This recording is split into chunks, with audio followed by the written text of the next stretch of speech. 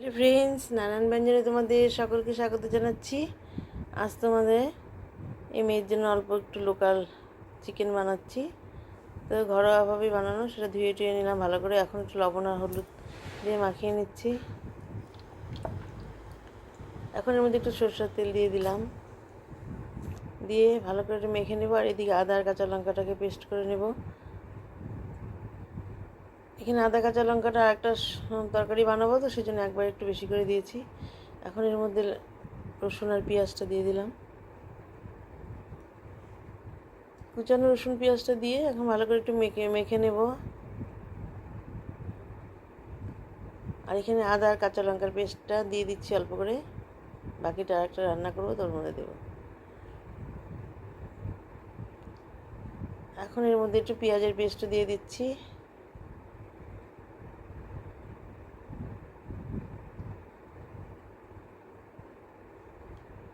দিয়ে এখন ভালো করে একটু মেখে নিচ্ছি।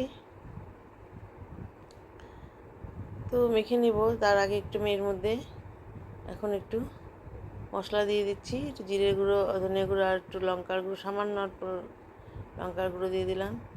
দিয়ে নিয়ে এখন এর মধ্যে একটু টক দই দিয়ে দিচ্ছি।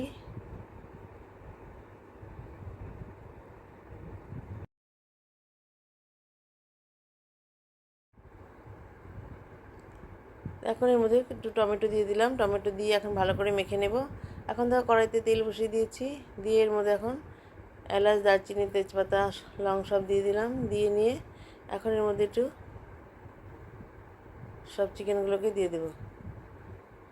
এর মধ্যে আমি একটা আলু দিয়েছি খালি। দিয়ে এখন ভালো করে মিশিয়ে নিচ্ছি। মিশিয়ে নিয়ে এখন এটাকে ঢেকে দেবো।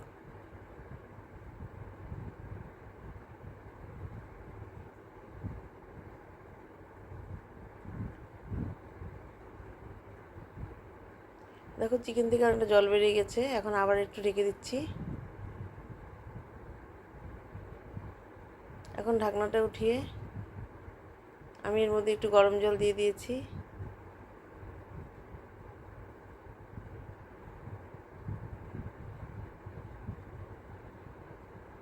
গরম জল দিয়ে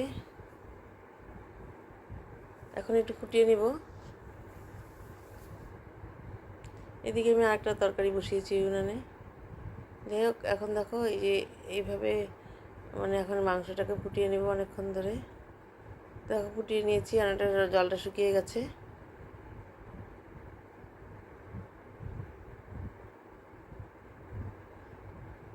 এইভাবে আমার লোকাল চিকেনটা রান্না হয়ে গেল। এখন আমি এটা নামিয়ে নেব এবং সার্ভ করে দেব। এখন দেখো বন্ধুরা, আমি সার্ভ করে দিলাম। তো বন্ধুরা, তোমরা যদি ভালো লেগে থাকে তো প্লিজ একটু কমেন্টস ও সাবস্ক্রাইব করবে। আর তোমরা সবাই ভালো থেকো, সুস্থ থেকো। নমস্কার।